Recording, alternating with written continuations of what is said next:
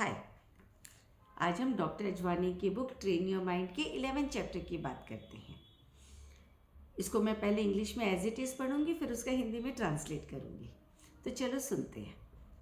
Forgiveness, a process of magical carving the future. Life is the most beautiful gift to humans by the nature. However, it does not just happen. I don't know whether it is right or not.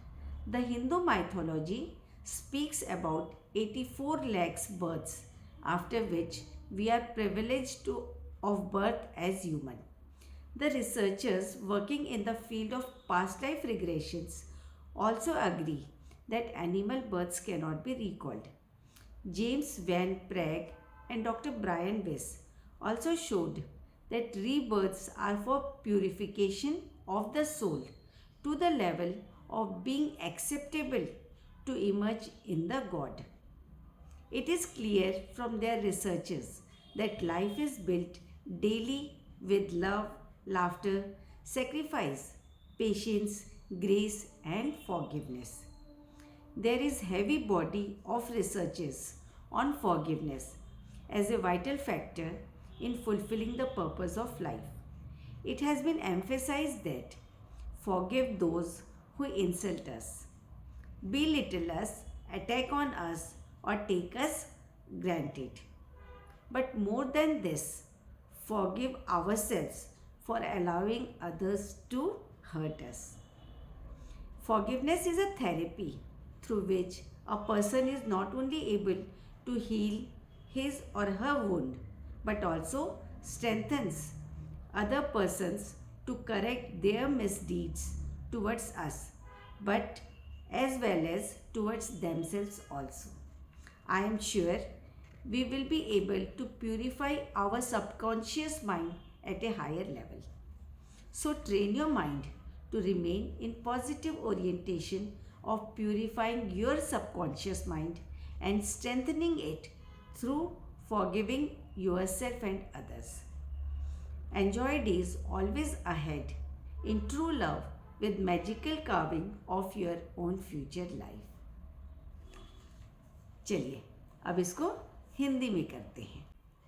इसका title है क्षमा, भविष्य को गढ़ने की एक जादुई प्रक्रिया। जीवन प्रकृति द्वारा मनुष्य को दिया गया सबसे सुंदर उपहार है, हालांकि यह अपने आप नहीं बन जाता। डॉक्टर अजवानी कहते हैं, मुझे नहीं पता कि ये सही है या नहीं, लेकिन हिंदू पौराणिक कथाओं में 84 लाख योनियों के बाद मानव जन्म मिलने की बात कही गई है, जिसके बाद हमें मनुष्य के रूप में जन्म लेने का सौभाग्य मिलता है।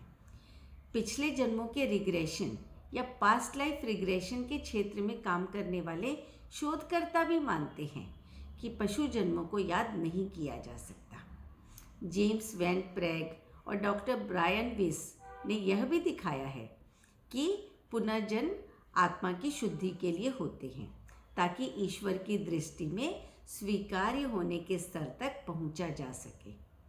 उनके शोध से यह स्पष्ट है कि जीवन प्रतिदिन प्रेम, हंसी, त्याग, धैर्य, करुणा और क्षमा से निर्मित होता है। क्षमा पर हुए शोधों का एक बड़ा समूह इसे जीवन के उद्देश्य को पूरा करने वाला एक महत्वपूर्ण तत्व मानता है। इस बात पर जोर दिया गया है कि जो लोग हमारा अपमान करते हैं, हमें नीचा दिखाते हैं, हम पर हमला करते हैं या हमें हल्के में लेते हैं, उन्हें क्षमा करें। लेकिन इससे भी अधिक महत्वपूर्ण है खुद को क्षमा करना, क्योंकि हम दूसरों को यह अधिकार देते हैं कि वो हमें चोट पहुंचाए। क्षमा एक ऐसी चिकित्सा है जिसके माध्यम से व्यक्ति न केवल अपने घावों को भरता है, बल्कि दूसरों को भी अपनी गलतियों को सुधारने की शक्ति देता है, हमारे प्रति भी और स्वयं उनके प्रति भी।